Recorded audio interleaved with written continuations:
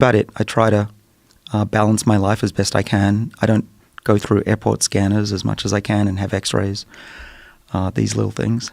Do you think those are bad for you? The new ones, aren't they like a radio wave? Yeah, they're millimeter radio waves. I don't want to take any chances and also don't want to freak people out.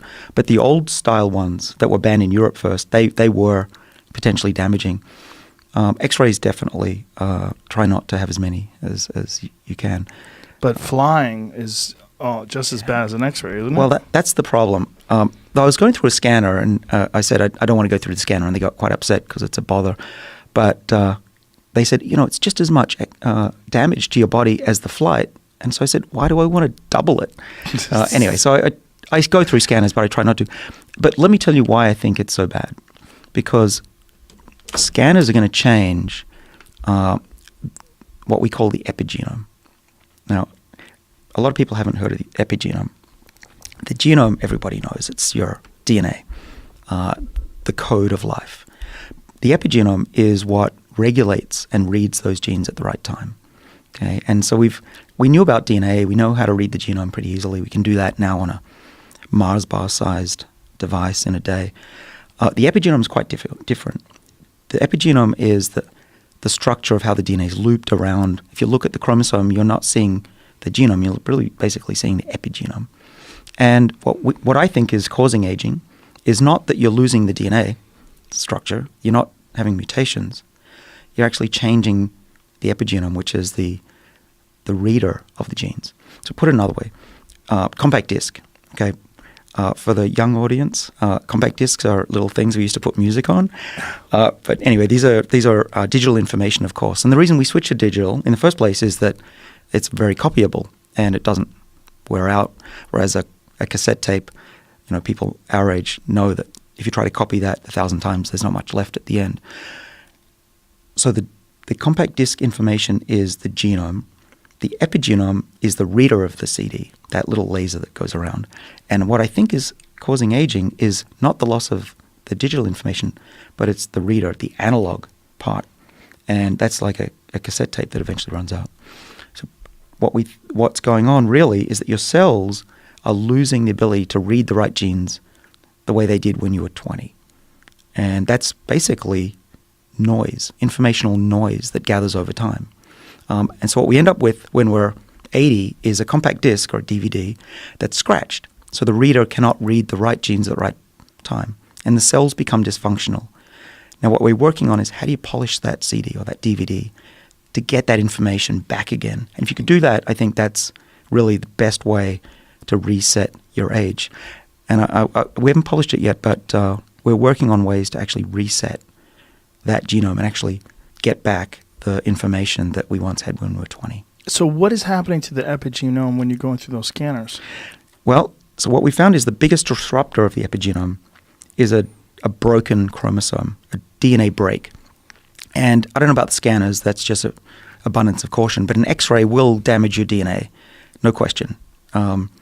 Even going out in the sun will do a bit of that. And we think that the cell's reaction to that break, having to unwrap the DNA from its chromatin, we call it, and then rewrap it, is what eventually disrupts the ability to read the right gene at the right place. So DNA damage is essentially a little scratch on the DVD, and that accumulates over time. So being out in the sun does that, but being out in the sun also is beneficial. Your body produces more vitamin D. Yeah, well, so there's also a theory called antagonistic pleiotropy, which is what's good for you when you're young comes back to bite you when you're old. Ah. So you might look good and feel good and get vitamin D when you're young, but the accumulation of these scratches on the epigenome ends up, I'm formerly an Australian, originally an Australian. I'm now American and Australian. I grew up in the Australian sun, and I can tell you that, most Australians look older than they should. No ozone. No ozone and lack of sunscreen in the 1970s. Why do you guys have a hole in the ozone over Australia? What's that all about? What'd you do? No, it's what did the world do? Chlorofluorocarbons. No, you guys did it. Oh, sure. Well, hairspray. Why does it accumulate over Australia? Is there a theory behind that? It started in Antarctica. And so ozone will... That would have been convenient. Nobody's up there. Leave it up there. Yeah, well... Maybe we need a big fan. Blow it that way. Yeah. Well, Yeah, the ozone layer is fairly important if you don't want to get singed by UV light. Yeah. Yeah. Well, that's one of the first things I noticed when I went to Australia was there's all these sun cancer warnings, skin cancer warnings everywhere. Well, a third of Australians get some form of skin cancer. So That's serious. crazy. Yeah. But what's also going to happen is it'll disrupt your epigenome over time and you'll look old. But if you have an X-ray, you're going to damage your organs. You're going to accelerate aging, I believe, in your body.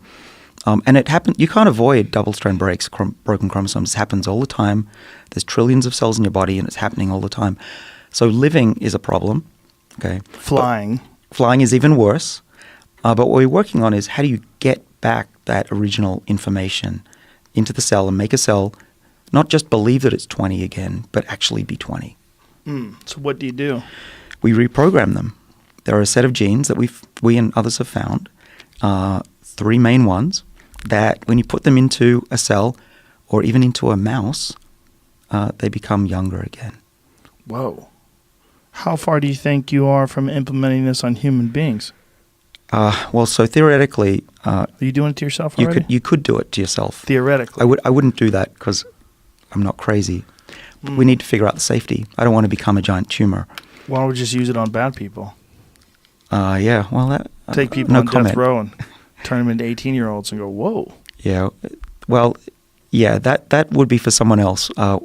someone else. Well, hopefully no one would ever do that. Why not?